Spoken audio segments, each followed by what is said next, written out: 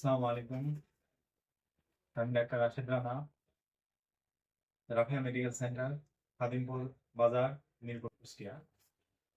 তো এখন গ্রীষ্মকাল চলে আসছে। তো এই সময় বিশেষ করে বাচ্চাদের ডায়রিয়ার প্রকোপ খুব বাড়ে।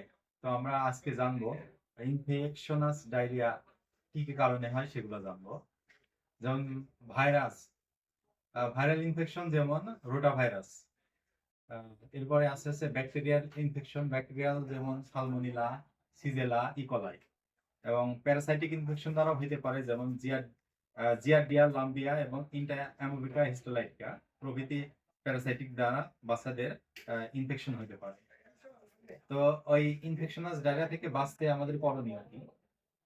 তো আপনার বাচ্চাকে ইনফেকশনাস ডায়রিয়া থেকে বাঁচতে হলে আপনাকে কিছু সচেতনতা গ্রহণ করতে হবে। যেমন বাচ্চাকে পরিষ্কার পরিচ্ছন্ন রাখতে হবে এবং প্রতি ওয়াক্তে খাওয়ানোর সময় ভালো করে সাবান দিয়ে হাত ধুতে হবে এবং যে পাত্রে খাওয়াবে সেই পাত্র পরিষ্কার পরিচ্ছন্ন হতে হবে এবং নিরাপদ পানি ব্যবহার করতে হবে। বাচ্চাকে সবসময় স্বাস্থ্যকর খাবার খাওয়াইতে হবে, বাসি পান্তা খাওয়ানো যাবে না। বাচ্চা পায়খানা করার পরে সেটা পরিষ্কার পরিচ্ছন্ন রাখতে হবে এবং সঠিক নিয়মে পরিষ্কার পরিচ্ছন্ন করতে হবে।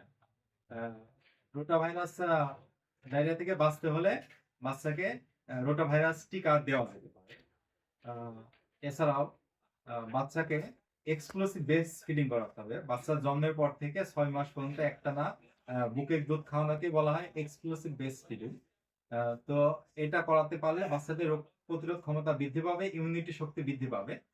এক্ষেত্রে অসুখ বিসুখ কম হবে এবং ডায়রিয়া হলে পর্যাপ্ত ওরসেলাইন খেতে দিতে হবে এবং খারাপ কোনো লক্ষণ দেখলে অবশ্যই নিকটস্থ কোনো ডাক্তারের পরামর্শ নেবেন। ধন্যবাদ।